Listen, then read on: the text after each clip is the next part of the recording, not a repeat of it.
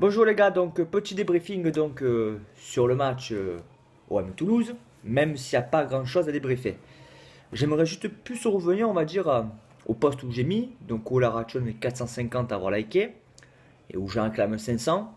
Bon, merci déjà à tous d'avoir liké, même si j'aimerais que ce poste arrive plus vers les 1000 que vers les 500 quand même. C'est ça le vrai jeu. Bref, passons.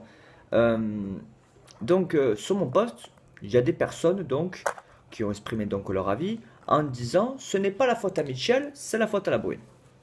Alors les gars, on va la débriefer en trois parties celle-là.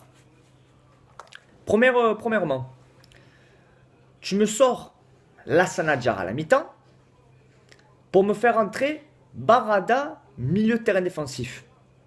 Attends 30 secondes, hein. Je vais prendre un petit cachet là, tu vois là, pour comprendre déjà ce premier changement déjà. Pardon? Ah oui, oui, ben oui, c'est la faute à la Brune, ben oui, bien sûr. C'est la Brune qui a appelé Mitchell à la mi-temps pour dire tu fais sortir la Diarra pour me faire entrer Barada en milieu de terrain défensif. Déjà qu'il n'est pas bon en milieu de terrain offensif, en milieu de terrain central, et tu me le fais rentrer en milieu de terrain défensif. D'ailleurs, rien que pour ça, tu mérites le premier coup de tête de la vidéo. Voilà. Et cela, il est doucement. Hein.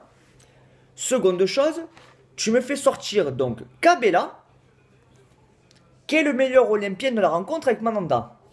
Attends 2 secondes. Hein. Là, tu vois, j'ai passé à la codéine, là, tu vois, pour comprendre ce deuxième changement. Hein? Pardon? Ah oui, ben oui, bien sûr, ben oui. C'est la Brune qui a encore appelé aussi Mitchell pendant le match. Tu pourrais dire, tu me fais sortir au Cabella parce que tu comprends, il n'est pas assez bon dans le match. Attends, 30 secondes, 30 secondes, hein, 30 secondes. Hein. Voilà, voilà. Celui-là, ça, tu le mérites bien, celui-là. Voilà. Donc voilà. Ensuite, troisième chose, j'aimerais comprendre quelque chose. Le départ de Bielsa nous a fait beaucoup de mal. Il nous a fait énormément de mal.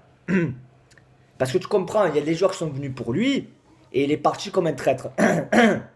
C'est comme donc une femme avec qui tu te maries et tu divorces le lendemain. Tu vois ce côté, il nous a pris un peu pour un con. Donc quand j'entends les Bielsa revient à la maison, ça aussi les gars, hein, arrêtez-vous ce genre de cachet là parce que c'est pas un traitement qui vous convient, vous comprenez bien.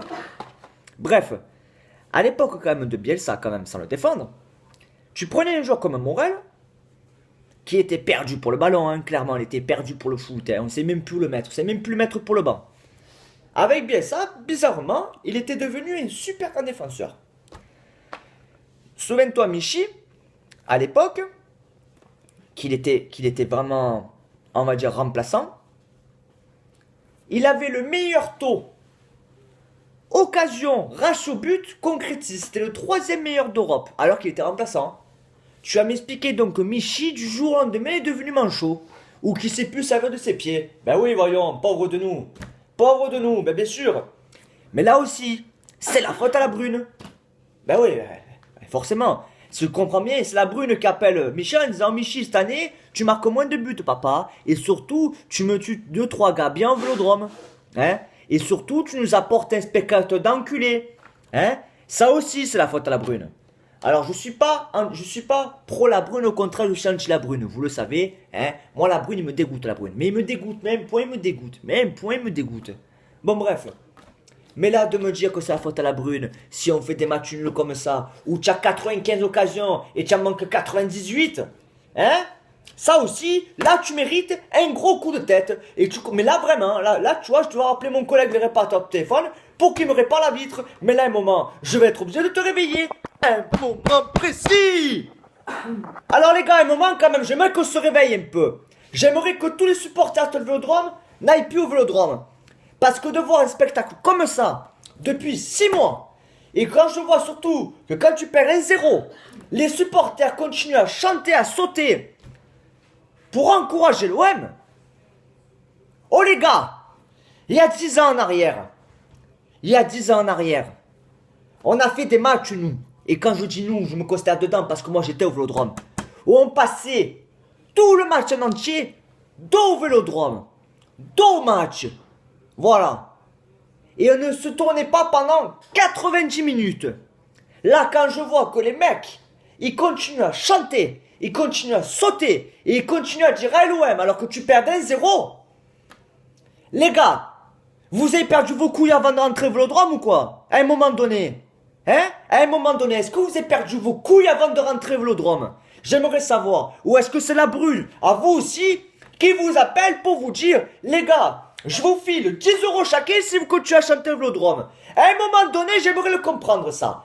J'aimerais le comprendre ça à un moment donné. Tu vois, je crie. Et je suis vraiment pas bien, tu vois. De voir cet OM-là, je suis obligé de prendre ses cachets maintenant pour pas devenir fou. Hein?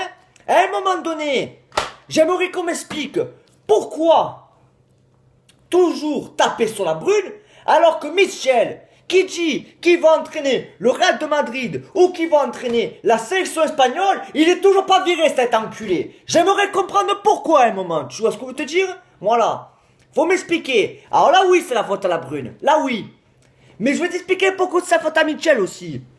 Parce qu'à un moment, quand je te fais violer à tous les matchs, que tu gagnes 1-0 face à des amateurs qui sont des boulangers, des mécanos, et que tu galères, il y a un moment quand même, le plus grand des courages, c'est de savoir abandonner quand tu sens que tu n'es pas capable d'accepter.